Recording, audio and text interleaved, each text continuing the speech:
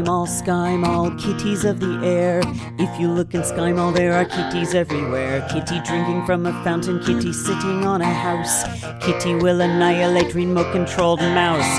Look at little doggy with his indoor restroom. But Kitty's got a litter box that takes him to the moon. Sky Mall kitties, there's kitties everywhere. Sky Mall kitties, the kitties of the air. You? Daddy. Lady, you've ruined my life. I got nothing left. My business, my marriage, my health, gone. Down the tubes, all thanks to you. Mr. Navarro, please, you should not be speaking to my client. Oh, that's right. I forgot. We gotta keep it civilized. She can call me a wife killer, but we gotta protect your client at all costs. Mr. Navarro, have you read The Uncaught? What for? To aggravate myself all over again? Thanks, but no thanks. Well, perhaps you should read it before disrupting both of our lives. Look, I'm sorry for any discomfort that you may have experienced, but my book is not what you or your advisors think. Right. And I'm Jojo the dog-faced boy.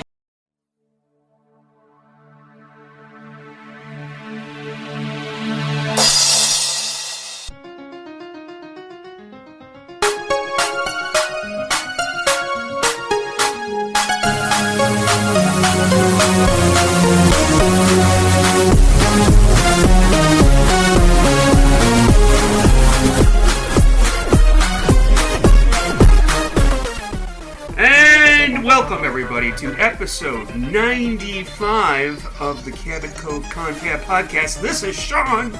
Wait a minute, 95? I thought it was like 60-something. Holy shit, No. We're almost at 100? That's nuts. Yeah, I know. This is, you see, Steve, this is the life we make of ourselves as podcasters. And I just want to say how dedicated I am. Is I'm actually visiting my parents' house, so I'm using a different microphone. I'm using the old lesser quality microphone. So if I sound slightly off, folks, that's why. But because as they say in the business, the show must go on. So you don't sound different because you just hit puberty. It's because you're using a different microphone. Yes, that's correct. Okay, Yeah. okay, good. Good to know. I Thank you. I kind of hit that puberty thing a while ago. But before we talk about today's episode, which is called Murder at a Discount, let's do some pre-show banter. Hello, bonjour, buenos dias. Good day, guten tag, konnichiwa. Ciao, shalom, dobre dien. Hello to all the children of the world. Yay! Okay. You got anything this week? You go first, because I forgot mine is, and I have to look it up while you're talking. Oh, okay. Well, yesterday, today being Sunday the 18th of August, yesterday I went to go see Alien Romulus. And had a really good time. Went by myself. I had nobody to go with me. I was all alone. But earlier in the week, actually, before I saw it, I got onto the stupid popcorn bucket hype train. Now, there are different theater chains have different buckets, right? So Cinemark has a head and a cup, I think. Regal has an alien head that looks even cooler than the Cinemark one, because it looks more like a display piece, and a one that looks like the little tubes where they would keep the face huggers in. You know, in suspended animation from Aliens, they have those. I like that. I want that. Yeah, and then what else? AMC has looks like a bucket with a facehugger wrapped around it, it's not printed; it's an actual thing that's glued onto it. That looks cool too. Ooh. So, anyways, I decided, because I don't have all fucking day to go look for this shit, and I really liked the Regal one. Now, the problem in Dallas, there's only one Regal in the Dallas area. I think they left town. I don't know what happened, but they're in one theater now. or they own one theater now. So I'm like, okay, I'm going to call them and see if they have it in stock, because I don't want to fucking drive for 20 minutes and then find out they don't have it. So I called, and it's the kind of phone tree where it's to all the theaters in the fucking country. It's a very generalized. If you would like to go to buy tickets, go online. Would you like to become a member? Blah blah blah. And then at the very end, would you like to? Do you need to contact your local movie theater? You finally go through that and go through some more tree prompts. Finally get to my theater, and it goes straight to voicemail. And this is during business hours. I'm like, okay. I'll call back. Maybe I'm calling at a peak time or something, like, even if it was a weekday. Now, I just need to clarify for those of you who are wondering, the reason you just wanted to go to Regal just to get the popcorn bucket is that you usually, or you always, go to Alamo Drafthouse. Right, because I don't have to deal with people on their phones talking, children kicking the back of my seat, which is almost 100% guarantee if I go to any other theater. Anyway, so I called again, went to voicemail. I'm like, okay, that's weird. I wait a little bit longer, so like 2 hours later, I call again, go straight to fucking voicemail. I'm like, what the fuck? So I leave a voice message saying, I'm just curious if you have the Alien Head popcorn bucket in stock. If you would, please call me back and let me know. That was, how long ago? How many fucking days ago? That was last Monday, so almost... My dear son, my dear boy, do you really think anybody at that place gives a flying fuck No. that they're going to call you back? No, they don't care. They don't fucking... Obviously, they don't care. So Regal here in Dallas doesn't fucking care one bit. So... I'm getting to the point where, like, people are saying, "Oh yeah, everyone's sold out. It's one of the most popular popcorn buckets." I'm like, God, son of a bitch! And so I look on eBay; they're going for like $80, and I'm like, "Fuck that! I am not spending $80 on a piece of cheap plastic." So I'm like, "Screw it! I'm going to head out that way. I'm going to go out to Garland." So the next day, I leave so that I can arrive the moment they open.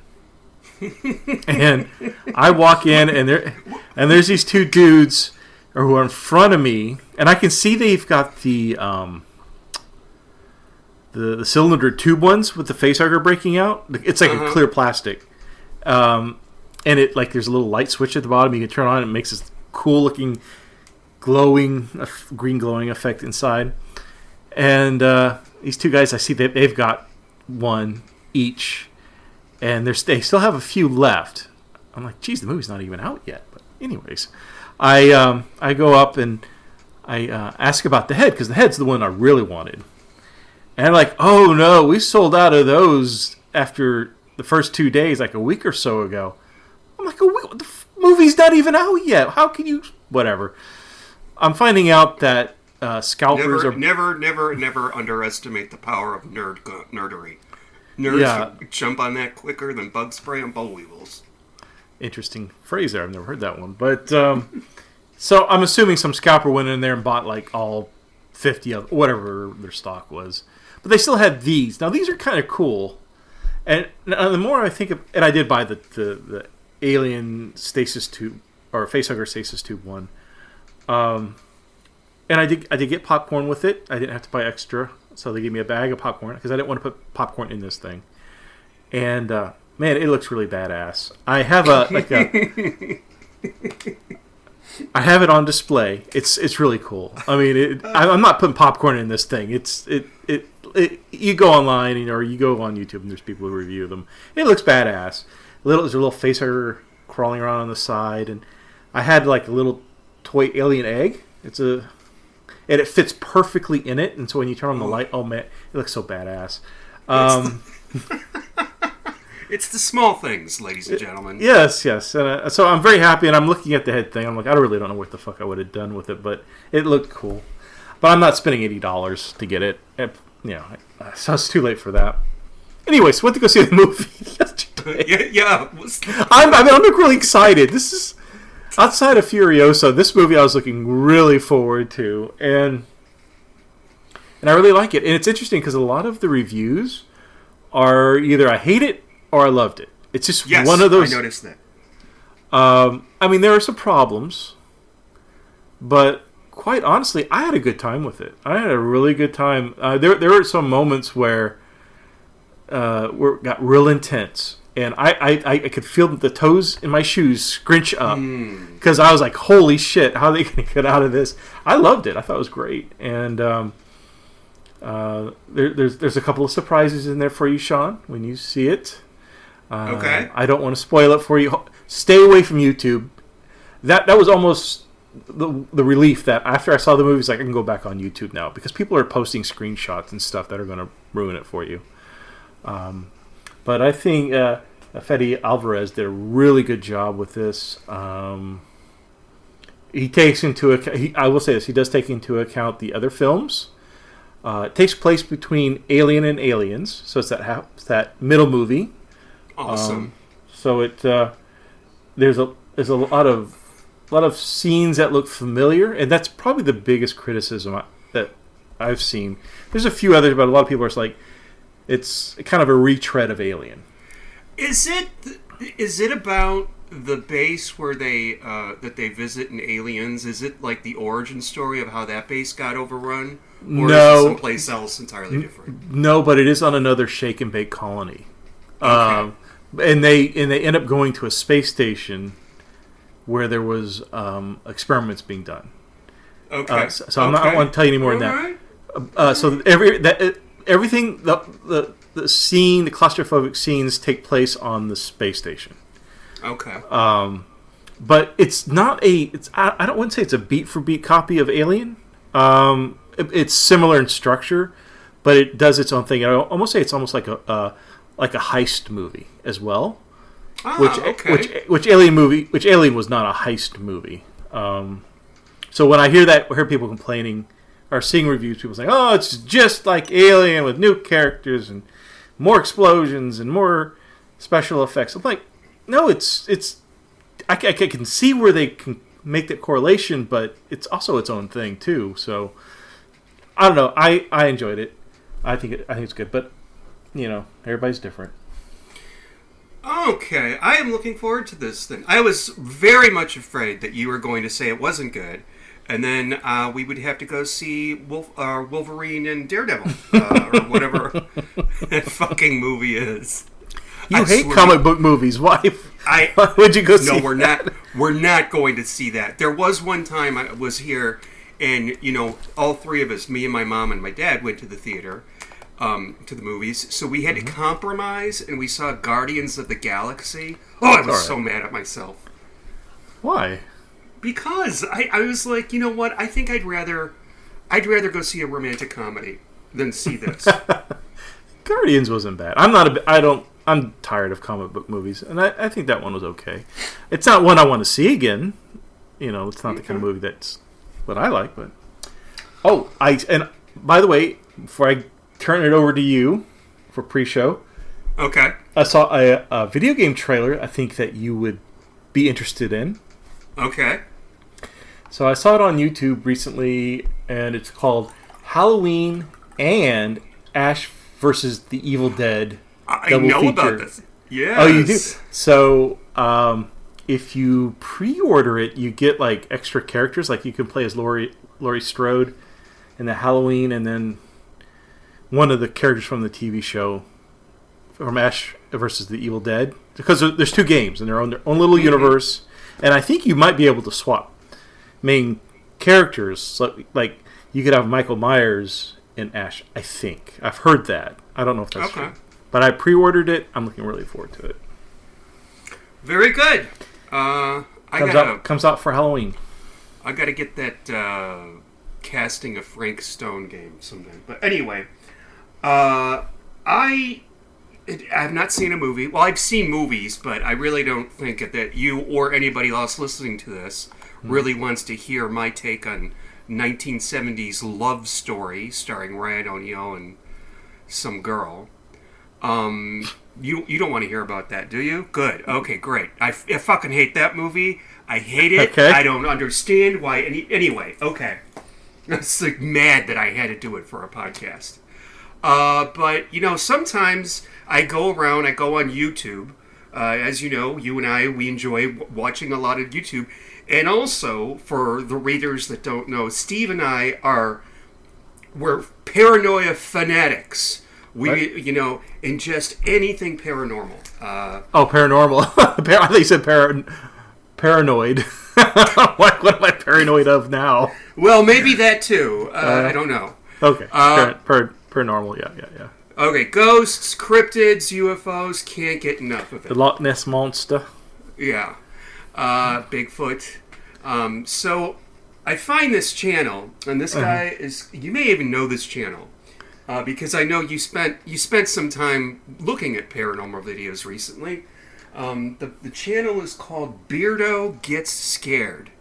No, I don't know. Okay, this is fascinating. Okay, Beardo Gets Scared. So yeah, because he has a beard. That's why he's kind of like an alternative looking dude, gamer dude. I can see it. I already have a mental image of this guy, probably overweight, has a neck beard.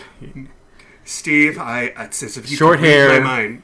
Yeah. No, not short hair. Not short hair. So he has this channel, and basically what he does, he takes paranormal. Oh, in real life, he is he's a ghost researcher. He's a what do you call it? A ghost hunter? He does the overnights with his trying to get EVPs. EV, please. Anyway, but then he also does this where he'll take other people's paranormal videos off of YouTube. Like, say, Nuke's Top 5. Have you said Top 5 videos that'll keep you up all night? And then, like, it's, usually some sort of ghost thing, like there's furniture moving around in the house or something like that. And he critiques and debunks the videos. Really? A lot of them. Yeah, he can debunk a lot of them. Well, he says he's not a debunker because he wants to believe it's real, but when you look at some of the... And he points out how this person did it. Oh, they did it using that. This is so obvious. Just don't mention the channel Slapped Ham to this man. For some reason, he can't stand Slapped Ham. Oh, yeah. That I'm aware of, and that one... there's some questionable videos on that. Well, he's got to produce, like, fucking a video every day, so I'm sure he's, like, streaming a bunch of nonsense. So, anyways... But yeah, really enjoy that, and he this is all like first time watching. He's never seen it before, and I know. And now that my mom I'm here with my mom. It turns out my mom is a huge fan of Mr. Beast. Oh no! Jeez, I've never watched, and I never heard of this guy until a couple of months ago, and all I know is he's just a lot of weird shit is going down about him. I'm not a fan, but then I don't even know what he streams or what he talks about. Oh, it's pretty cool. Like, he had this contest where they had 100 people from the ages of 1 all the way through 100. They have 100, one for each age, and they all had to stay in this glass room. And whoever stayed in their glass room the longest wins like $500,000. I have no idea where that man gets all the money from. Anyway, I wasn't really meaning to talk about him. Thank you. Because I want to talk about Murder, She Wrote. Yes. And I really cannot wait to talk about Murder at a Discount. And by the way, I need to go back in time again and have a nice talk. Have a nice talk with the person who creates the title. I mean, it's not as bad as The Classic Murder, but I'm saying Murder at a Discount. Don't you think Death at a Discount would have been catchier? Oh, yeah. I agree. Yeah. Yeah. All right. Fascinating. Yeah. Was it Levinson or Link? Which one? Which one do you think? I don't know. I think it was probably not one of them. I should write down who writes these things. Because really, that's Well, IMDb lists those two for all the shows, so I find that hard to believe, but... Yeah. They're created by Levinson and Link and Peter S. Fisher.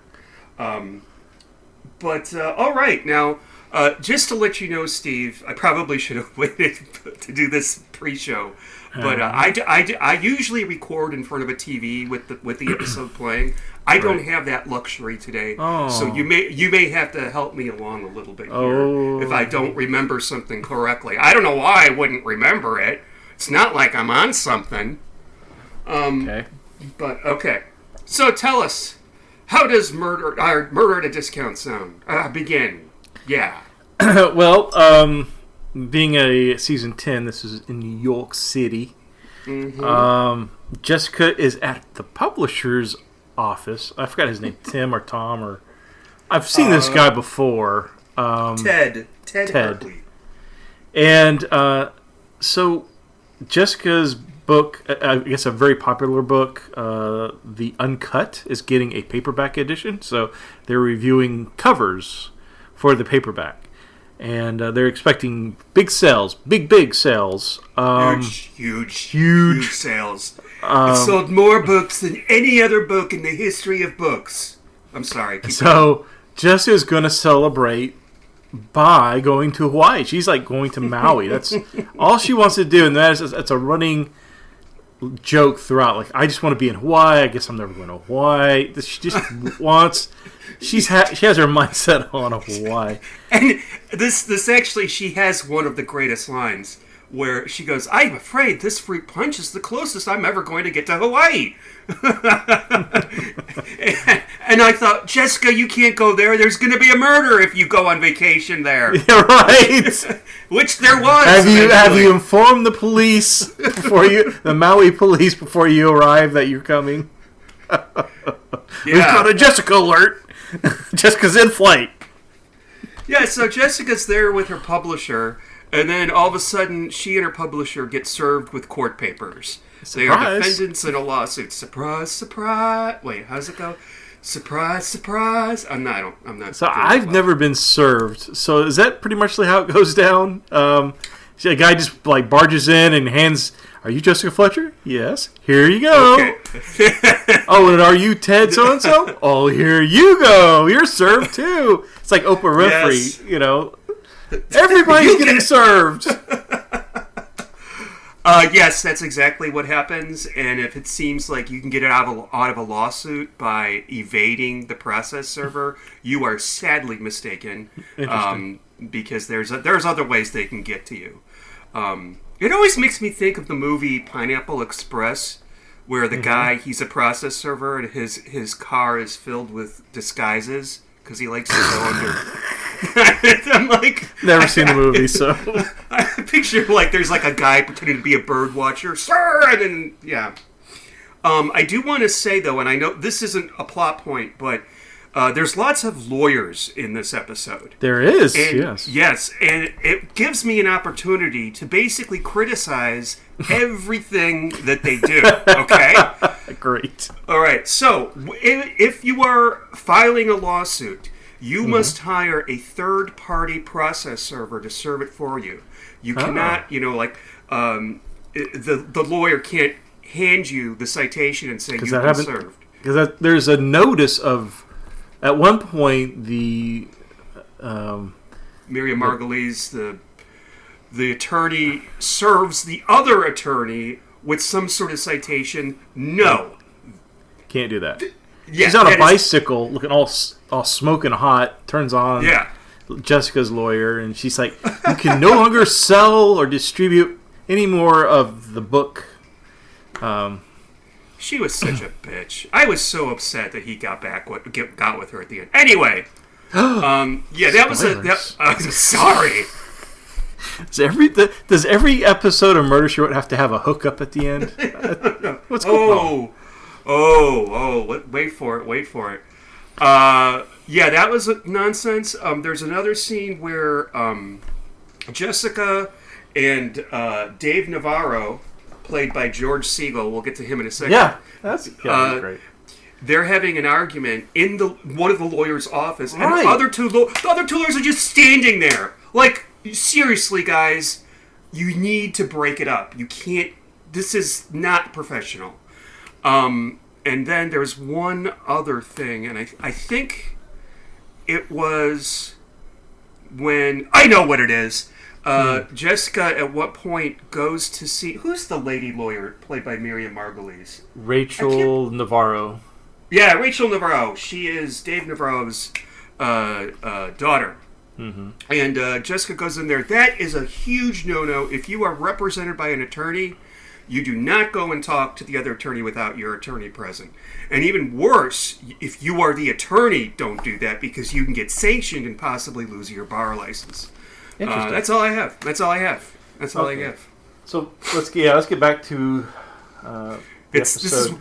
This is a special feature on the podcast. It's called Legal Corner. I like it. I like it because that's some insight that I didn't know. Yeah. Okay, so the aforementioned Dave Navarro, or Daffy Dave Navarro, is suing Jessica because 5 years ago he was accused he was accused of killing his wife. He got off. It sounds like barely due to a technicality, but everyone pretty much, basically O.J. Simpson, everybody believed he did it, but he got off on a technicality. So the book, apparently the book, The Uncut, is strangely similar to that case. Almost to the point where it's the same motives, the same murder weapons, and it's just like beat for beat. It's almost like Jessica took that murder case and fictionalized it and used that. So Dave Navarro is suing Jessica for trauma. I can't remember. Dragging his good name down. I don't know. Libel or slander. I don't remember. It reminded me of that episode where Harvey Fierstein was doing those cartoons of Jessica Fox. And then she almost threatened to sue them. Anyway, go ahead. That's probably where this came from.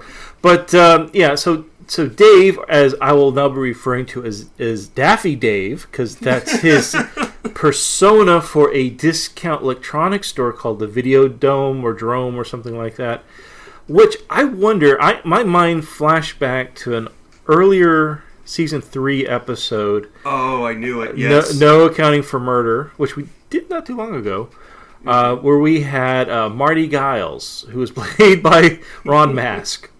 Now, I assume Marty and Daffy are competitors because they're both in New York selling discount TVs and VHS players and whatever. But anyways, Daffy is going through some financial issues, and he has decided that he's going to sue Jessica for $10 million. $10 million. Which in 2024 is $42 million. I don't really know. I just pulled that out. I should have said $1 billion. Billion. But okay, so Daffy Dave, is played by veteran actor George Segal. And he plays him wonderfully. Yeah. This guy, I don't know the name, but when you see him, you're like, oh yeah, I've seen this guy. He's been in TV. Yeah. He's just one of those characters. He died not too long ago, too. Correct. He was in a show that I loved called Just Shoot Me, where he was like the boss of The Office, and it was like David Spade, and I don't remember who else, but good times with him. And he's going after Jessica too. I mean, he's actually slandering her on TV and saying all sorts of shit, and he insults her when he finally sees her, threatens her. I mean, a real piece of work. Like, you really hate him. I mean, he's not nice to Jessica. Yeah, he comes off as like a swarmy car salesman. I mean, he owns dresses a video, like one. Yeah, he owns a video discount, hardware store. He has a wife that they're going through the process of divorce. Maybe not. We're not sure. Iris Navarro, played by Morgan Fairchild. Yes. We have 2 employees. I got to talk about these people. Oh, really? Okay. We have Lillian Conway. I think it's his accountant, and she's played by an actress named Elaine Joyce. And I know Elaine Joyce from The Match Game. She was always on The Match Game. She played she always had this character, like, she played like a dumb blonde type, and that's how she played in the match. I'm not really sure, and the other guy that works for him is it's his partner, actually. His name is Neil Fraser. Now, I saw this guy. Did this guy look familiar to you? He did look familiar, but I couldn't place it. I got it. I figured it out. I'm going to do the quote and see if you can guess what movie this is. Okay. Son, your mama sure does care about your education. Oh. Jeez. You probably haven't seen this movie since it came out, I bet. It's Forrest Gump. Oh, yeah. Look at how Sally feels. Yes. Said, boy, don't you got anything to say? And that's when young Forrest makes that sound, because apparently his mother was screwing the school principal so he could go to school. Man, oh man! I forgot about yes. I'm trying to figure. It's driving. I'm like, okay, I have to stop. I have to pause this. I have to, check IMDb because it's going to drive me crazy. So that's that guy, and they hate Dave because I don't know, he's a bad boss, I guess. Now, what I find really interesting, and I'm watching this, is that I realize, wait, there hasn't been a murder yet. And I didn't mind. I wasn't like, get on with it, because it turns out Dave, although everybody hates him, I mean, there's even one guy, he thinks that Dave killed his daughter. What's that guy named? Trent? The guy with the cane? You're right. Everybody hates him. It's just a matter of time until Dave dies. But the sad thing is that I started to kind of like Dave. Yeah. He grows on you. At the beginning, he's so foul and obnoxious to Jessica that you immediately get turned off by him. But yeah, towards the end, you're like, you kind of like him as a character. You appreciate him. But yeah, like you said, Dave. The weird thing is that after the murder of his wife, which they never did find the killer. He remarries the secretary, which you said was Morgan Fairchild, or Iris. She wants a divorce. And I love that they have this argument out in the open. She goes, "You haven't touched me in months." I'm like, holy. Honey. Yeah, and Neil, the guy we were just talking about from Forrest Gump, he's like, oh, there's my turn. Because he's trying to creep in on that. It's kind of gross, but... Yeah, folks, you can't be getting your meat from the same place you get your bread. Don't do that. Interesting. Yeah. I haven't heard that phrase either before. Okay, so Iris basically is giving her demands to her husband, and we see her leaving, and she gets into a old pickup truck that has like roofing services on it, and it's inside is Randy, her lover. He's a much younger, more attractive looking, just obviously it's more of a lust thing instead of a relationship thing. But what I found odd, because I watched it twice, what I found odd, and I made special attention to watch it, play close attention to it the second viewing, was the kiss. That when she gets in his truck, Morgan Fairchild, I know she's done a lot of other things. I'm familiar of her. I just don't know her body of work. But she is a horrible fake kisser. Like, I don't even know. Like, they covered up, and she uses her hands to kind of draw attention away from what they're doing with their faces. And did it look awkward to you? Yeah, it did look a little awkward. I think that was probably the guy who played Randy more than... Well, no. Yeah, I think that could have been... I think she's probably like, ooh, gross, I don't want to kiss. Because she does it again. There's a scene where she has to kiss Daffy Dave. She has to kiss him, too, and which I would think would be a little bit grosser. I'm really sorry that I have to say that, but I mean, he's an older dude. He's probably ate like liverwurst for lunch or something. But anyways, when they go in to kiss, it's an awkward scene as well. It's like, this is Morgan Fairchild. She's the problem. I'm sure these guys want to kiss her because she's very attractive, but I found it very interesting that she cannot kiss act or act, whatever you want to call it. She can't. I don't know. Yeah, I don't. I had to look her up. I was kind of curious. She's from Dallas. Born in Dallas, 1950. Interesting. That's interesting. I know George Siegel as well. Yeah, George Siegel may have had just nasty breath. I don't, but I thought that was interesting. Oh, she went to Richardson High School. That's the fuck where you out. went. No, you didn't know this? No. Okay, A bizarre. lot of famous people went to high school, but yeah, and she's not even a ventriloquist. yeah. What's the name of that guy? I don't remember. I can't stand him either. My wife loves him, and oh God, it's terrible. And when she's trying to be funny, she'll do those voices. I'm like, no, please.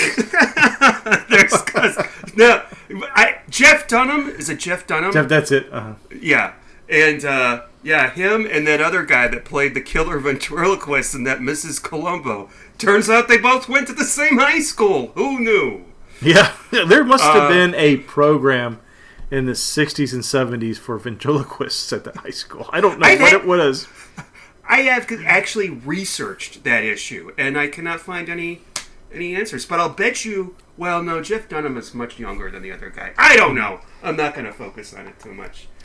All right. Well, there was only one thing that happened. When I was going to Richardson High School, there was only one thing that was famous while I was there that happened was what's the name of that Nirvana song? Jeremy. It's the one. It's one of their probably in their top 5. But anyways, there's a song about this kid named Jeremy, and he's the one that committed suicide. And so I was at the high school. I think I was the classroom underneath that one at the time. But I was there at the time when that happened. The school went down. And this is in the early 90s, so that it wasn't as common today. Back then, that's when really people didn't shoot people in school.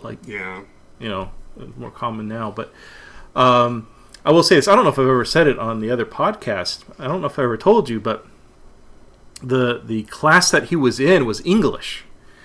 And I had that English teacher the year prior. I was a year ahead of Jeremy. And in that English teacher, she was a bully. She was one of those teachers that would push you. And she would see how far she could push you. And she was a mean old lady. I mean, I did not like her. No one liked her. She had a real... I think she got pleasure out of bullying the students there. And I think that's why he did it in that class, because she was probably teasing him, and that's my guess. Were you in the school when it happened? Yeah. I had no idea about this. I think that's fascinating. But I feel I need to tell a story to one up that or something. Yeah, wait a minute! Fuck me! I do have a story that can. Let me finish my thing. When I heard what class and the teacher, I'm like, I'm not surprised with that teacher. She probably, feel fairly confident. I mean, the kid probably had issues already, but she definitely pushed him over the edge, because that's just the kind of thing she does, or she did. I think she retired after that, but she was not a nice person. I think was it Barnett? What was her last name? That's fascinating. Mrs. Barnett. Yeah, I think that's her. I haven't thought about that teacher in 40 years. So. But okay, I'm gonna one up you with my fucking story. Oh, okay. What's your story? And I just found out about this because I was on YouTube looking at stuff.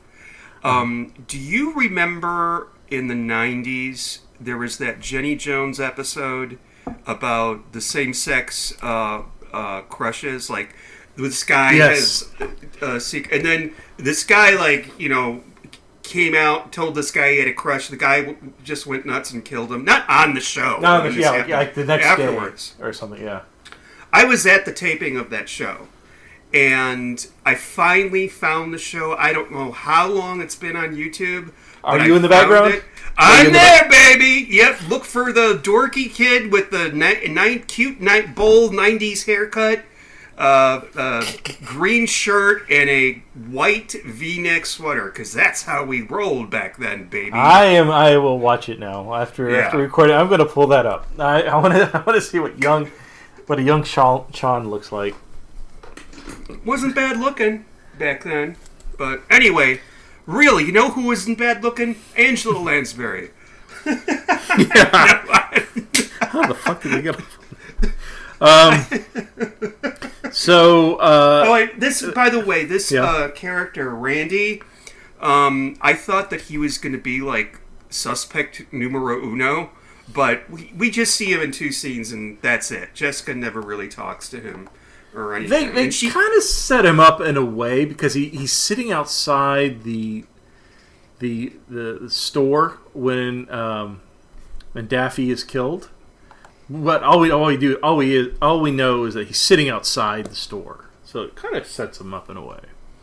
And one of the last things that Daffy Dave does before he's wickedly murdered is he helps a homeless lady. He gives her $10 to get something to eat. I guess there's this homeless lady that comes in after hours, knocks on the door, and he gives her money. I'm like, well, that was a nice touch. Please don't kill him. Please let it be his wife who dies, because I don't want him to die. Please. She's a horrible kisser. Shit. Come on. She's a horrible kisser. Come on. She's fooling around with Randy. But yeah, no. Before that happens, though, Daffy Dave, he is on the news just calling out Jessica, how he's going to sue her for everything she's got. I mean, it must have been a slow news day in New York. It's the only thing I can think. But that's when we're introduced to Mr. Trent, which is the deceased wife's father. And he believes Daffy Dave is the killer. And he's really upset that he got off. So he will do anything. He tells Jessica, like, I'll help you. I'll do whatever I can to help you win your case against him. Yeah. So he will do anything so that Dave will get what's coming to him. Yeah. If that means killing the motherfucker, if that means getting him behind bars, whatever. He is bitter that his darling daughter married him and he believes killed her. Yeah, perfect motive for murder. Probably perfect motive right up there with like massive inheritance, revenge for killing one's child. That you can't. Yeah. The only problem is he's about 100 pounds overweight. He needs a cane. He looks like who was the guy who did the wine commercials and did War of the Worlds? French Champagne. French Champagne. By Paul Masson. Orson Welles, thank you. He looks like Orson Welles. He does. Later years. Or not the young, handsome. Didn't Orson Welles like dress up with a cane like that? I have this like I feel like he did. Him. Yeah. Okay. He looks like Orson Welles, ladies and gentlemen. If you haven't seen the episode, when we're talking about Mr. Trent, think Orson Welles. Yeah, Orson Welles. Older, drunker, overweight, with a cane, a big beard. Orson Welles. Anyways, wait, let me try my Orson Welles impression. Okay. They want Charlton Heston to play a Mexican. It's not really. That's more like what's his name doing Orson Welles. Okay, that's all I have. That's really all. No, it's from the movie Ed Wood. Ed Wood, Johnny Depp. He's at the Brown Derby and he sees Orson Welles at the bar. So he goes up to talk to him. And, he's like awestruck, and that's what Orson Welles does. In my next movie, they're going to have Charlton Heston play a Mexican, and they did. They darkened Charlton's face up for the name of the movie. Not the third. Is it the Third Man? I don't know. It starts with T. I don't know. There's somebody yelling at it right now. All right. So what happens next? Oh, wait, no. I do want to mention one thing. I don't know when this happens in the episode, but I think we need to talk about it. Doesn't again, it doesn't have anything to do with the plot, but it's just something that's said. Jessica tells somebody on the phone her address. She says I'm at 941. It's to Daffy, Dave, yeah. Okay. That's right before he dies. She's like, I'm at 941 West 60th, apartment 4B, okay? No, naturally, I couldn't resist. I had to look it up. Yeah. There's nothing there. They tore the building down. They condemned it. I want to point out that if I was a lawyer working for Rachel, I would be fat. You know why? Right downstairs in the first floor of her office building is a Wendy's. I did not notice. Really? There's Yes. a Wendy's? Yes! You can see the Wendy's. Did they? This was shot in the 90s? Did they have the salad bar with the chili and the potato? Oh God, I wish they still had that. Actually, you can do that. They still have baked potatoes. Oh, you know what I saw at the grocery store the other day? In the canned chili section? A Wendy's brand chili. Really? Yeah. They had it, I think it was at Walmart. Steve. Oh my goodness. So you're gonna have to go to a Walmart to buy some Wendy's chili, or canned Wendy's chili. Now, they had the option with, sometimes it has with beans, without beans. This one had with finger and without finger. So... You're so stupid. I should get a bunch of those. So like little like starbursts, yellow starburst stickers that says "with finger," and put them on all the cans. Like when people would put the Joe Biden stickers on gas pumps. I did that. Yeah.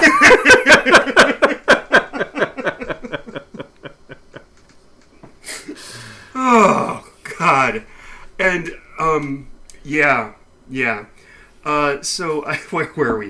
I can't remember. Oh yeah, the Wendy's.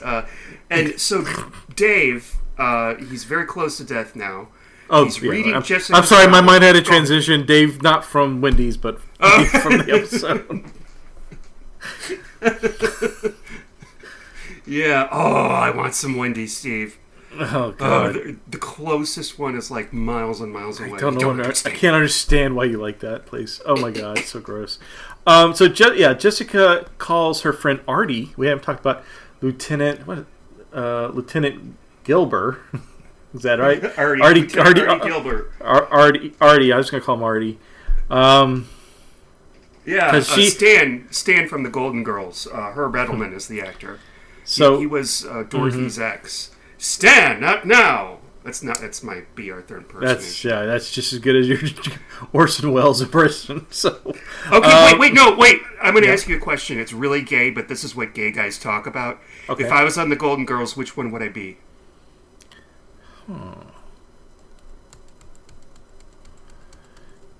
I guess you'd be the mother. Is it Estelle Getty that played the mother? Yeah, Estelle Getty.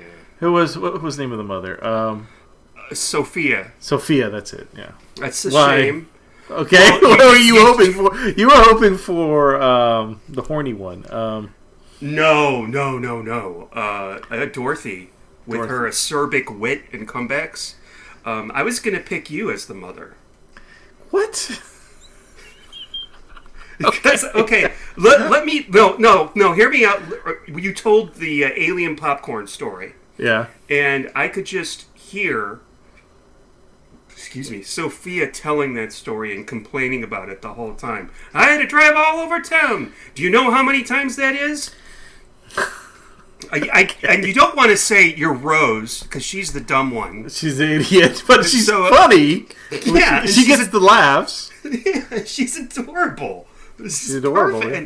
And Betty White was a perfect human being. Mm-hmm. Let's face it. Mm-hmm. I'm sorry. Oh, detective. Now, there's another detective. Okay, Detective Henderson. Henderson. Do you recognize him? No, I do and I don't. I recognize his face, but I don't know what from. He's a regular. We see him again. I don't remember the name. I think it was Murder of the Month Club.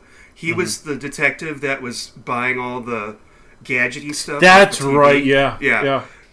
Detective, and that's why they knew. I don't know who the other detective was in that episode, but that's why they knew Jessica. So yeah. Oh, okay. Yeah, and there's a couple of B plots going on, but there's a B plot where Artie is trying to sell his his barely used piece of shit car, and Lieutenant is it Henderson or Henderson, like Harry and the Hendersons. Okay, yeah, he ends up selling the car to Lieutenant Henderson, or sergeant, whatever he is. And so there's these little comments that are placed throughout the episode about the car falling apart. It stalls on the freeway. The door handles break off. And Arnie's like, "Oh yeah, it's in perfect mint condition." And apparently, it's a lemon. But that B plot, maybe even a C plot, is just running is weaved throughout the episode. It just pops up every so often.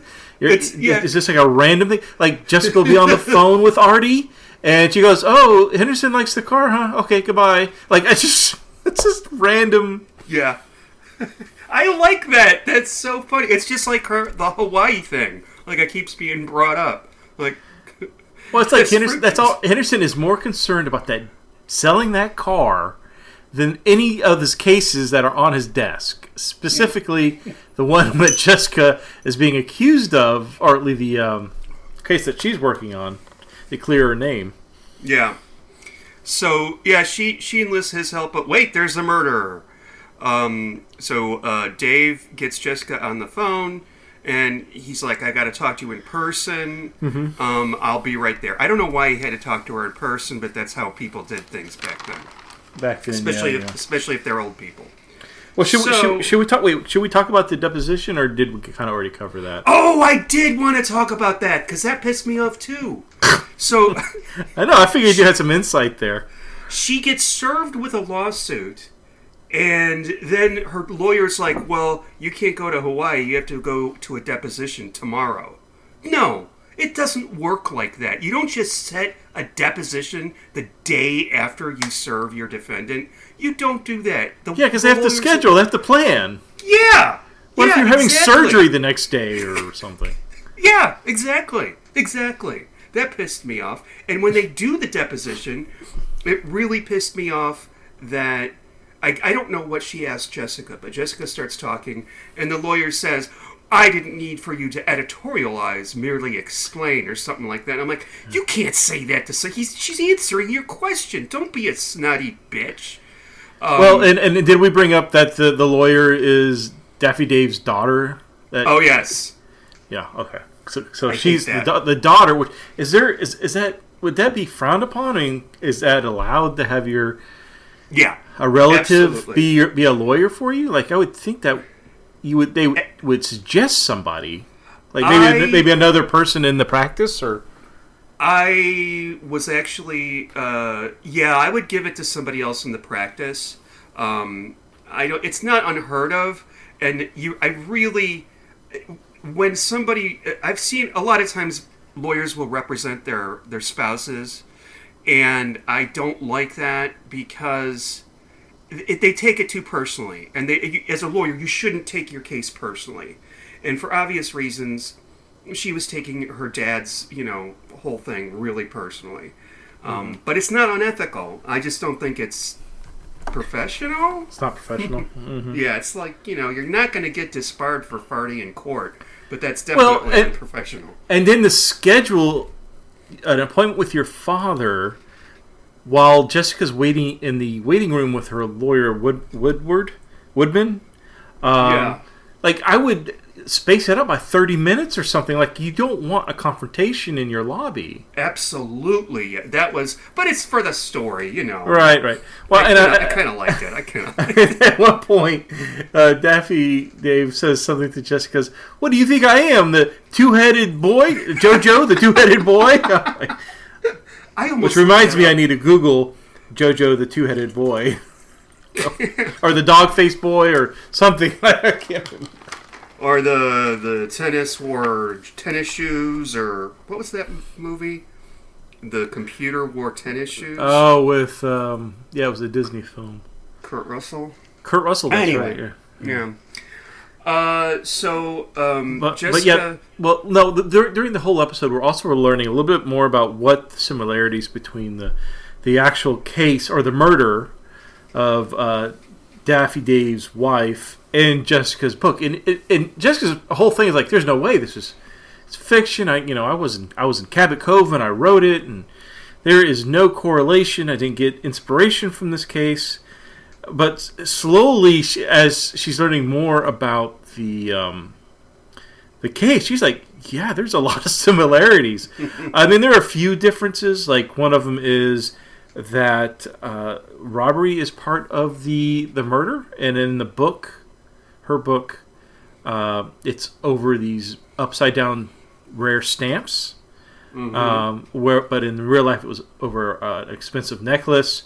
But the price was worth the same amount of money. It was like $250,000. It was the same amount. Those were the same stamps used by Richard Pryor. Oh, right. That's right. I remember that. I don't know why I remember that. There's not a lot I remember from that movie. No. I just remember him buying a stamp for $1 million and then using it as postage.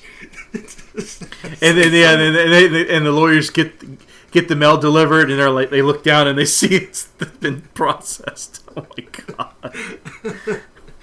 Okay. But we do find out that the necklace. So there was a robbery, and the only thing that really wasn't recovered of note was the necklace, the mother's necklace. However, Rebecca, the daughter, does have the fake copy, a paste copy, in her desk that she just has. Mm-hmm. That's going to be important later. And yeah, definitely. This is Chekhov's necklace, Chekhov's diamond necklace. And of course, Jessica, when presented, well, why don't we just settle? And I like Jessica's response. She says, no, because that means it's that I admit guilt. And I'm kind of good for her. I was happy that she would not settle out of court. Yeah, I guess. I don't like to hear my clients say that, but whatever. Do you want to talk about the restaurant?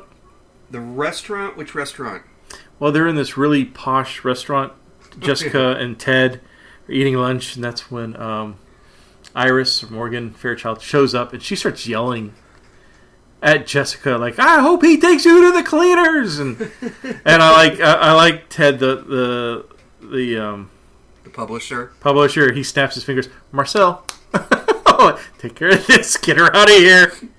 Could you please have Morgan Fairchild ejected from the restaurant? But you won't get that kind of service at a Lazy L Steakhouse or whatever it was last episode. But I don't know. What an ugly set. Yeah, you go to Buffalo Wild Wings, you're not going to get that kind of service. I went to Buffalo Wild Wings for the first time since I don't know when. Yeah. And I went to bed that night and had to get up 3 times. I'm just saying that. Oh my god. Was it coming out of both ends or what? No, just the one end. And I think it was because of spicy, and it was a lot, and it was really spicy, but it was so good. Oh my god, the Thai curry is to die for. They sell the sauces now. Yeah, but I mean, really, the chicken is just a delivery device for the sauce. Right. Delivery. But it's really hard to find chicken that tastes like that. I know I could go to the store and just buy some chicken nuggets, but it just isn't going to feel the same. Oh, no, sir. No. If you ever come by Dallas, I'll need to make it for you. But there's this recipe on how to make chicken wings without a fryer. You use baking powder. Really? It sounds nuts. But it makes it's almost like fried chicken wings, and then I'll put them and then mix them with the Buffalo Wild Wing sauce. Oh man, they're so good. Really? Oh, yeah. Steve. Well, are they better than Whataburger? Whataburger? That's a completely different restaurant. I know, but they changed their chicken wings now, and they're not as big or tasty. and I wrote them a tersely worded tweet. Did you really? Never got a response. It's the same people that work at the Regal Cinema. Right. That's the same people. The message went to the same place. Yeah, in the trash. I didn't know you did that. When did you write Waterburger? I'm kidding. I didn't do that. Oh. I never talked to anyone on Twitter. I did do one nice thing on Twitter, and that was Okay. that I was on a flight for Southwest Airlines, and it was a full flight, and it was either going to Houston or Dallas because that's where I'm going 90% of the time. So the flight attendants still pass out cocktails, even though the flight's only half an hour long. Okay. Once they were busy, there was They just gave you the bottle, like, sir, just serve yourself. Yeah, there's a bottle reserved for me. Oh, that's Mr. Homrich's bottle. Well, there was a pilot, obviously traveling. He was a passenger, and he jumped up and started helping them serve. And I was so impressed by that. I did send Southwest a tweet. They asked me what was the flight number, so we know. And I was really kind of hoping they would publish it in Southwest Magazine, but then that magazine went under. I think it was a COVID thing. I don't know. And also, Yeah, I miss the in-flight magazines. What? I mean, sometimes your phone just doesn't work. You don't want to talk to the person sitting next to you that you're fighting the armrest space for. I mean, yeah, I miss the magazines. All they have now is the barf bag and the model of the planes. yeah, the safety instructions. Safety And instructions. Sky Mall. Come on. I miss went Sky Mall. bankrupt. I never bought a single damn thing from them, but I would sit there and think, wow, yes, I do want a life-size mummy sarcophagus bar in my house. My Well, yes, God. I want a 9-foot tall statue of Bigfoot garden decoration in my front yard. Yes, I do want it. I'll put it right up there with the zombies coming out of the ground statue. Yes. Or the faces that you could buy that look like bark that you could put on your tree to make him look like he's happy or mad. I remember. Make it look like, you got the Fae living there or something. Right. My favorite, I had two favorites. One was the fake plant that was actually a litter box for cats. Okay. And they show the cat walking out of the Was it underneath the plant or was it within where the plant would be? It was underneath the plant, so the plant's fake. I think I remember but this. it's in the big pot on the bottom. Yeah. And my other favorite thing is the pillow that you can bring with you while you're flying. Not a neck pillow, but it's like this. It's almost cube shaped, and they always show the picture of the guy lying on it. You're supposed to blow it up and put it on your tray table, and then right, you can lay lean into it. forward. Wouldn't that be embarrassing? I don't want to be seen with that. Do you have to blow it up? Because it's really embarrassing walking with that on a plane. But you have to blow it up. Could you imagine you're sitting there blowing? Anyway. Bring back Sky Mall. Oh, do you remember the globe that would open up and it'd be shot glasses full of liquors and liqueurs and stuff? Yes. That was in a movie once. This guy was showing some cameramen around his house. He goes, "Look at this, check this out," and he opens up the globe. Drop dead gorgeous. Did they ever sell anything? I don't know anybody that ever owned any of that stuff. But it was maybe Michael Jackson and the sarcophagus thing, but I just don't. Yeah, not a lot of people are like, you know what? I got an extra $2,000. Let me buy a replica of Harry Potter's wand while I'm at it. Yeah. Or this Lord of the Rings chess set. Yes. With pewter chess pieces, yes. Yeah. So, okay, there's been a murder. At this point, who do you think, sir, is the murderer? Do you have any hot suspects? Well, I'm thinking Randy, the love interest of Morgan Fairchild.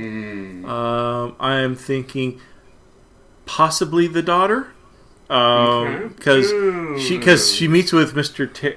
Was it Mr. Terry or Mr. Trent? Mr. Trent. That's her grandfather, and there's a scene where they discuss. He's like, "How could you represent your father? You know he's guilty." And she goes, "I know, but that kind of conversation." Yeah. So I figured that might be possible. She wants revenge for her mother's death. I don't know, but I didn't have any solid suspects. I thought it might be one of the two employees, Lillian or Neil. Maybe especially Neil. Lillian. Really? Yeah. Love that was never returned because they were dating in high school. And Yeah. And she got to him because she knows how to do a good back rub or something like that. snapped his neck. Or shock and surprise, surprise! It's the homeless lady that he gave $10 to. Yeah, because she's introduced last minute. So that night, we see Daffy reading the Jessica's book, The Uncut. As a matter of fact, she suggests when they bump into each other outside of in Rachel's lobby, she said, like, "Have you read the book?" He's like, "No, I don't have to." I'm thinking, geez, you might want to read the book. Yeah, this is true. I shouldn't complain about Wolverine and Deadpool, but yeah, you might love it. Yeah, but so he actually takes that advice and he's reading the book, and that's when he notices, oh, wait a minute, I think I know who the killer is because of this. And so that's when he calls Jessica and they plan to meet. Which was that an issue you also had with this that they have two clients meet that are suing each other without legal? That is okay. You can do that, no problem. A perfect example would be if it's a divorce suit. I mean, a couple's still going to talk, even if they're going through a divorce, just for logistical reasons, like, hey, I'm going to drop the kid off, that type of thing. Yeah. I really wanted him to be killed while I was on the phone with Jessica. I don't know why, but that would be hokey. It would be like in Clue. And then he was like, I know who the killer is, Jessica. And then poof, he's dead. And the murder weapon is... Well, hold on. I think it's nice because this is when you start to turn that. You start to like Daffy Dave. At least for me, he's such an asshole at the beginning. But this is about because he's giving money to the homeless. He's willing to. He finally decides to read the book, and he calls Jessica. And one of the things he says to Jessica, says that I'm not the killer, but I want to nail the killer, and I think I know who it is, but I need to ask you some questions. So basically, the opposite of OJ. I mean, he is still actively looking for his wife's killer. So props to him. Didn't OJ do that too, though? Maybe yeah, not. he searched on the golf course. He searched. He's like, oh, here she is. Oh wait, no, that's Ivanka Trump. Never mind. Well, that was the joke. That was the joke. Like he says, I will spend every waking minute. Someone interviewed him after he won the trial, and he says, I'm going to spend every waking moment looking for the killer. Someone, like the next day, he's on the golf course playing golf. Bad show there, sir. Like maybe take a year off from golf. That's just maybe the best thing to do. Do another Naked Gun movie or something. Yeah. Oh my god. But yeah, he tells Jessica on the phone, "I'll see you in 20 minutes." That's when he gets the address. Well, 2 hours later, Daffy never shows up. So Jessica calls Artie and they meet over at the video store, and that's where they find Daffy. Daffy Dave dead. That's in my notes. Daffy dead. DDD. DDD. Triple D. Triple D's. Daffy Dave. But and it's interesting that Jessica's like, well, make sure you check fingerprints on the book so we know exactly what page he left off on. Because she's curious what he read that made him stop and give her a call. And what did he read? What did it say? Something about the secretary getting sandwiches and going for errands or something. And that's when the killer killed him, was when the secretary was doing errands for him, and that's when he escaped. And by the way, there's this one thing, something about the garage opener. Right. We will get to that. Oh, wait, we'll get to that later. Yeah, that's not appropriate for right now.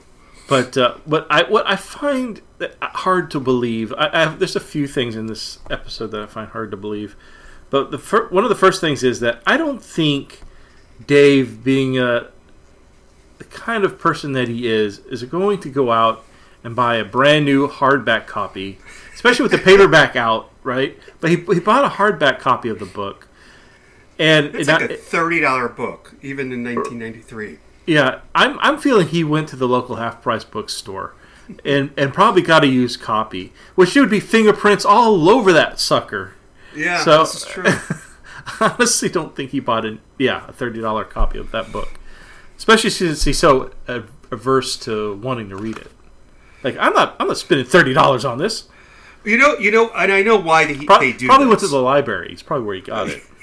Well, why did he bring it to the office to read? That's what I mean, what a horrible place to read a book. If you want to sit and relax. And he was like halfway through the book. Did you see that? It's like, man, this guy is like the speed reader. Yeah. Remember that from the Great Space Coaster, the speed reader? He was on the news with Gary Gnu. Gary Gnu. All the news. No? Any Yep. memory of this? I remember that show, the Great Space Coaster. Get on board. It's the Great Space Coaster. With Manila Gorilla or Right. something like that. That was a Manila Gorilla. creepy Anyway. ass show. I hated that gorilla. Oh no, the elephant. That thing was crazy. Was it like, what is he, like an Asian elephant? Why are you wearing a kimono? I don't remember that. Maybe I'm thinking of the New Zoo Review. I had some other creepy people on it. There's some really fucking creepy shows when we were growing up. Oh yeah, it's why we're all fucked up today. Really, it's it. But so Artie finds. Now we get to where you're. I'm sorry. Go ahead. No, I'm laughing. I'm thinking of something else. You go ahead. So Artie decides he's going to arrest Mr. Trent because they found his cane in the dumpster out back. They also have a witness that the homeless person, I think, saw him leave in a hurry. So they arrest him. And but Jessica's got some problems with this. She finds it hard to believe, as I would, that she says, I should quote her. She says, "How did an infirmed old man overcome Daffy?" I think that's a good point. That is a good point, but I think we've seen infirmed old men killed before in this show. Yeah. I don't know. I feel Well, like by we surprise, I don't know. have. Yeah. Surprise, surprise. But and of course now is when we find out, because Jessica's talking to Artie and she's looking at the murder case notes for the deceased wife, and she notices, oh look, this car that was in the water looks clean where the remote control garage remote is.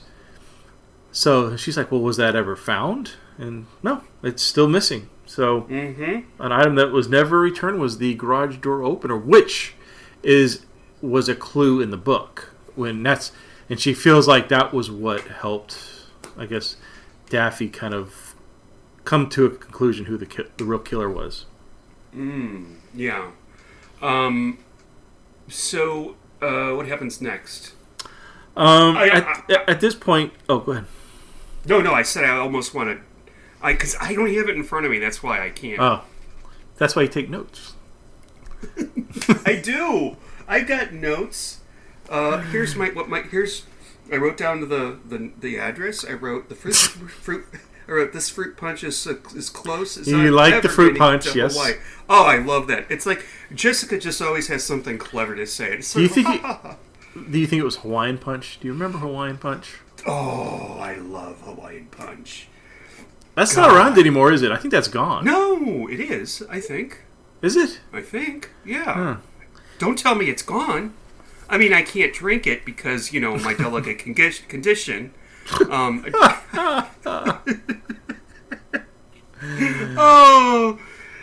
mean, like, wine what is the this- fuck? What the fuck was Hawaiian Punch guy? What was his name? What was Punchy? he wearing on his head? I don't know. Yeah, no, that's what I was gonna ask. Like, what the fuck is going on? Is he got antlers? Is it some kind of Hawaiian headdress? I mean, I don't know. I'm going to say no. I don't think he's very Hawaiian. You know what? We should look up the history of that. But this wine right here is as close as I think I'm ever going to get to Italy. Or wait, hold on. Italy? Oh, Chile. It's Chile? Chilean wine. Yeah. Oh, nice. You could. Anyway, so. Okay, so the next thing is that we go to the funeral. Oh, Jessica has a plan. Oh, God. She comes up with a plan. It's a good plan. I like this plan. Let's do this plan. Yeah. Jessica. Yeah, good plan. So they go to the funeral. They go to Daffy Dave's funeral, and everybody's there, which is Including great. Randy. Yeah, Randy's there. He's horny. He hasn't gotten it from Morgan Fairchild in a couple of days. Yeah.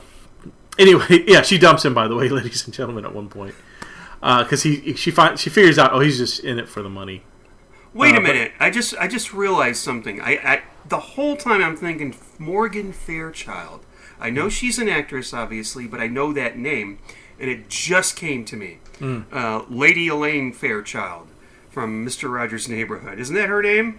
I guess. Boomerang, toomerang, zoomerang. I saw a poster the other day. It said, you know, the Annabelle movie. It was the Annabelle poster with the doll in the chair, except it was Lady Elaine Fairchild from Mr. Rogers. That's funny. I'm sorry. I know it sounds like I don't want to talk about this episode, but I'm just. We're almost done. We're so close. We're so close. Yeah. But, which is also an extra important clue is that because Iris and Randy break up because Iris realizes, oh, he's just in it for the money, and she tells like, I signed a prenup, and so I get nothing. So there's nothing. I don't get the house. I don't get nothing. Good day, sir. Nothing. All goes to Rachel. So, anyways, he's there. This is what she says when she breaks up with him. I guess I couldn't see the forest through the muscles. And all the tattoos. The dude's got a lot of tattoos. Before tattoos were cool. Yeah. Or sexy, before they were sexy. I think tattoos are kind of sexy. So, while they're on cue, Rachel takes off her black scarf and reveals that she's wearing the necklace, the $250,000 diamond necklace that her mother wore that went missing. Or is it? Because she told Jessica it's paste. Right. But we find out that's all part of the plan, because immediately after the funeral, Jessica says to her friend Archie, okay, I think the plan worked. Now go. And I don't know how she knew who the murderer was. They follow this person, and it turns out the murderer is the wife, Iris, Morgan Fairchild, and she immediately goes to a safety deposit box to make sure that the necklace is still there, because she saw it on... Or make sure it's the real one and not a fake one. Yeah. And I have seen that this was in Columbo, I swear to God, where Columbo switched two things out and then catches the murderer at the end by finding them. Oh, I have to think about this a little more. I don't know. I swear that's a Columbo episode. But anyway. But we're not done yet. We're not done, ladies and gentlemen. No. Rachel and, what's his name? Aaron Woodman, Jessica's lawyer. They end up hooking up. Yep. And is that professional? Nah, of course. You can do that. In fact, I really wouldn't mind hearing about that if anybody has ever done that. I should ask about that on Facebook. If they meet on a case and then end up after the case. I got to ask you the question. The guy who played Aaron Woodman, his name is Spencer Garrett. When I saw him, I thought I was looking at a younger version or a young version of Russell Crowe. He has the same kind of face to me. Yeah, it is kind of like a baby face kind of thing. With those eyebrows and it just... I looked him up and I can't recognize him. I'm sorry, I have to say this right now. I'm in a bedroom right now, sitting by facing the window, and there's nothing... You're naked? Yep. No, not naked. There's nothing but... Every time you say naked... Naked? I think it's Joe Bob Briggs. Saying something naked. So I'm looking out the window. It's pitch dark outside. You can't see anything because we're like in the middle of the woods. And I think there's a thunderstorm or lightning storm coming, because I saw it in the distance up in the air. And at first it was just out of the corner of my eyes. Like, what is that? And for one hot second, I thought I was seeing a UFO. Gosh darn it. Oh, have you heard, they're coming out like in the last 48 hours, there's a lot of UFO sightings going on in California. It's like Pasadena or something like that. Really? I may not be Pasadena, but like right now there's a lot of, there's like hundreds of people reporting that there's a lot of unusual activity in the air going on, and one of them looks really weird. I don't think it's a drone, because that's your first inclination now is like, oh, it's fucking drones. But there's a lot of cell phone, which is always bad because it's so blurry or whatever. But yeah, right now there's a lot of UFO activity going on somewhere in California. Huh. I'm not going to look it up now, but I'm anyway. gonna have to go look that up because I'm gonna. You're on the wrong side. My mom went to bed, so I'm just gonna play on YouTube. I just figured it out. I know what Columbo this reminds me of. It was Make Me a Perfect Murder, where she puts the gun in the on the ceiling of the elevator, and then she, after the murders near the end of the episode, she sees it, goes back to get it, and throws it in the river light. or something. Yeah, it's in the light picture. And it turns out that Columbo planted the gun so, he could catch her in the act. That's kind of the... Or also the one where they thought... He has the Shriner's ring. Requiem for a Falling Star. He has the Shriner's ring, and it makes Ann Baxter think that, oh my God, he found my dead husband underneath the fountain. And she goes running out there, and that's how he catches her. I haven't seen that in so long. What's the one where the guy with the or the murder with the what do they call it? Makes everybody thirsty. The commercials that what's that called? Double Exposure. Yeah, but what's it called when they Subliminal banned it? Advertising. Yeah, that's it. Yeah. And he does that because he like clips in scenes of Columbo like searching his office in a movie or something, and it makes him. Yep, and he freaks out and caught red-handed, caught in the act. The only time a murderer well, no, that's not true, but Robert Culp cries when he gets caught. We can't tell if he's crying or laughing because he used his own technique on him. He's crying. He actually literally cried. You have to look at the Blu-ray. But for years, I didn't realize that. But yeah. Oh, is there? You can see tears in the Blu-ray. There's one tear. Like he's laughing and crying at the same time. Well, It's like creepy. My theories are right. I finally proved it. Yeah, I'm not a quack. Okay. So yeah, a lot of B and C plots get wrapped up. Like you said, Woodman and Rachel fall in love, and they're gonna open a practice now. That's not going to last. Jessica does get to go to Hawaii. And Archie will take back the car that he sold Henderson because it keeps falling apart. And so everything worked out in the end. And since Jessica's going to Hawaii, we get the standard, freeze frame of Angela smiling. Yeah. And then they play Hawaiian music. Oh, I hate when they play ethnic music. Like if she was going to go to China, would they play would there be a gong? I can finally get to China. Dong. That's from what? That's in a movie somewhere. Weird Al, the UHF movie. Maybe. What? Did you ever see that? Supplies. No, that I don't remember. It's kind of not PC. No. All right. You ready to rate it? Yes. I have a funny feeling what you're going to rate it at. Oh, what do you think? How much out of $399, which is what Dave was selling his one of his TV sets for? Nope. I picked tonight's number from how long the novel, The Uncut, was on the Times bestsellers list. Okay, all right. For 9 months. 9 months. Okay. So can you imagine how well the paperback version will do? Now, I do want to point out, I don't want to freak you out here, but I do want to point out that her address is 94-1. Ooh. As my close personal boyfriend Jim Harold would say, is that too much of a coincidence to be a coincidence? Because you were You want to get away. You want to get away from 95. Well, yeah, I guess I could have done that.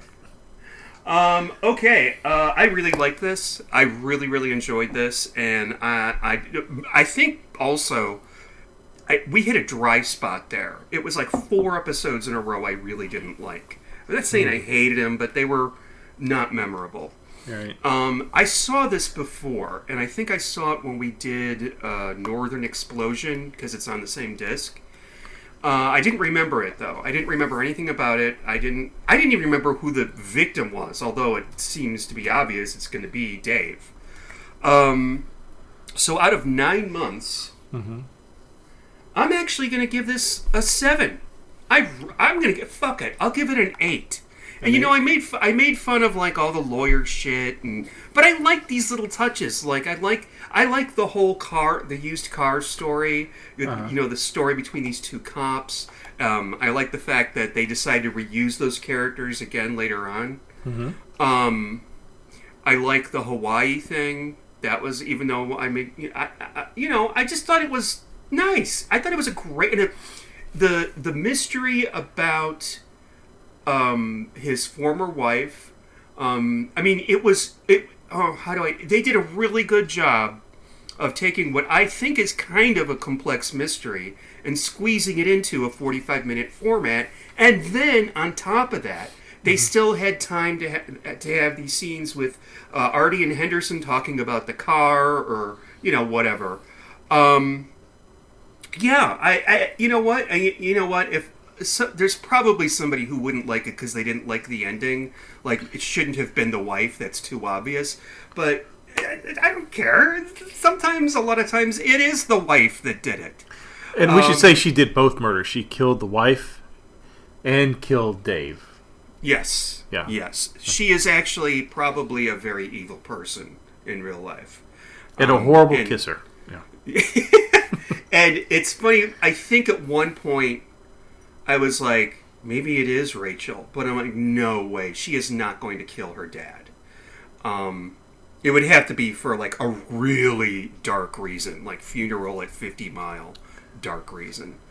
So yeah, that's what I think about this. I think it's great. Wow, that's pretty high. A lot of fun. Yeah, I really like it. Again, though, I'm saying maybe it's because we just got off of 3 snoozers episodes. So, all right. How about you? Well, it was enjoyable. I will say that. Yeah, it's definitely better than the last few episodes we've done. The only thing that I had, there's a few problems I had. One that I specifically want to bring up that we didn't discuss, or at least not in depth, was the fact that the killer being Iris, or the wife, Iris Navarro, and she's the one. So Jessica didn't think that the father-in-law, Norman Trent, could have struck the killing blow to Daffy Dave. Look at Morgan Fairchild. She couldn't swat a fly. She's so dainty and thin, and there's no fucking way she could have killed anybody. I would believe Norman Trent would have more what's the word I'm looking for? He is more likely have enough power to take someone down than Morgan Fairchild. She was just too petite and fragile looking. Most of her weight is in her hair, and how she doesn't topple over when she walks is beyond me. I mean, she's like, 5'2" and weighs less than 100 pounds? I mean, there's no fucking way. I don't understand. Yeah. You know what? That's mysteries. Seriously, it would be very, very difficult for the elderly Mrs. Peacock to lift up a wrench and hit Mr. Body with it, but you just roll with it. So, yeah. I guess, but then to say that Trent was too elderly. I feel like Trent probably could have, with his body mass, could have just, tripped him and then laid on him. That would have been fine too. But I feel like I'm doing body shaming. I really not. I'm trying. I should just shut up. But it's not body shaming. But I got to say that George Siegel's performance as Daffy Dave was really fantastic. He really grows on you, and it's so. and I don't know if it's the writing or if it's the actor, probably a combination of the two. But he is so despicable at the beginning, and then you end up really liking him at the end. It was that. Yeah, I loved his character. And it's the only time I think that we actually feel bad for the victim in Murder, She Wrote. I don't remember any other victim that was so sympathetic. I may be wrong. There might be someone somewhere. But what's the number that you're going to assign to this? I'm going to give it a 7 out of 9. Oh, okay. 7 out of 9, eh? All right, well, that's good. Not bad, so this is... Okay, so I think this is definitely 2 thumbs up. Siskel and Ebert at the movies. Yeah, 2 thumbs up. You know what I love doing? Sometimes either I get really drunk or really stoned. And that's what you love to do. Yeah, I know. I watch old videos of Siskel and Ebert on David Letterman. Do you now? Did you see the one where they have Chevy Chase? No. Oh my God, Chevy Chase is such a dick. Oh my God. I know. Yes, he is a dick. Yes, he is. And there's an episode where it's Chevy Chase and Ebert is being interviewed, and while Dave is talking to Ebert is the big guy, right? Mm-hmm. And so Ebert's talking, and I guess because he had previously given whatever Chevy Chase film that had just come out a bad review. So Chevy Chase takes it personally. And so while Ebert is talking to Dave, so they're looking at each other, and Chase is sitting next to him, but is on that couch. That's, how it works. How the seating structure works. He's making faces. Yeah. While Ebert's talking. So okay. And it's so rude, and the audience is laughing or having kind of an awkward chuckle. But I'm just gonna say, that was okay. That's what Chevy Chase would do to Jane Curtin when they did the news back in the 70s on Saturday Night Live. He would do that while she was talking. Yeah, it wasn't funny then, and it wasn't funny when he did it at that point too. Okay. So. Yeah, he's not my favorite person. I don't like him. No, I love I love the vacation movies, but I cannot stand that guy. Yeah, I don't know. I mentioned Letterman partly also because I found this fascinating video where Letterman takes a camera crew out in the street to look for Swedes, that being Swedish people, and it's called "We're About to Play Let's Look for Swedes," and they spend like 15 minutes just walking around going, "Ma'am, hello, are you Swedish? Are you Swedish? No? Okay, goodbye." That's where Billy Eichner probably got it from. All right. I'm at my parents' house, but they do have cats. Unfortunately, they have not learned how to use the wheel. I tried. Yeah. I really tried. I smeared cat food on it, but 2 of these cats don't want to have anything to do with me yet. So I'm afraid that instead of spinning the wheel, Steve, you're just going to have to press the button on my phone here that randomly generates the number to tell us what episode to watch from season. Oh, okay. Let me just reach through this laptop monitor here, and I will... in Freddy Krueger style, reach out your hand out of the screen. Right, yes. All right. Go ahead and tell me when you've chosen. Okay, I have pushed the button. Okay. We are going to watch... Oh, I was hoping for this one, because I have no idea what this is about. And I don't have the DVD insert with me, so I actually can't tell you. So we may have to look it up on... I can look it up, yeah. So from season 11, this one is called An Egg to Die For. An egg to die for? Yes, I know. Well, go ahead. I'm willing to bet... I initially thought, like, an egg, that you eat, but I bet you it's a Fabergé egg. Well, my guess was going to be, those smoker grills that you can see, and they're like the green egg? I've always wanted to get one of those, but they fucking cost like $900 or something ridiculous. I imagine that if I ever owned one and just left it outside, I bet you someone would see it and steal it. So okay. I bet you... And you would... I'd have to kill for it. Yeah, over my dead body, sir. And that would be an egg to die for. Yeah. But go ahead. I think you've got it. I think you're right. I like my idea better than what I'm seeing here. But you're right. It is a Fabergé egg. Let's see who's in it. Well, wait. What's the blurb on the AI generated blurb on IMDb? Jessica helps a Russian police officer capture the elusive mastermind behind the theft of a Fabergé egg. Oh, I don't like Well, that. theft. There's no murder. There's got to be a murder. There's got to be a murder.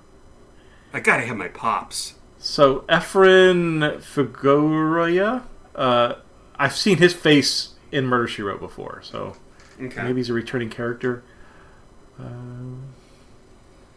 I am not recognizing anyone. This may be, except for that one guy, which possibility. Okay, yeah, this should be interesting. It's episode 11 from season 11. Oh, there you go. Okay. All right.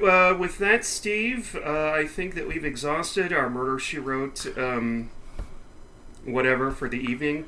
And say goodnight to the nice people, Steve. Good night, nice people. Good night, everybody!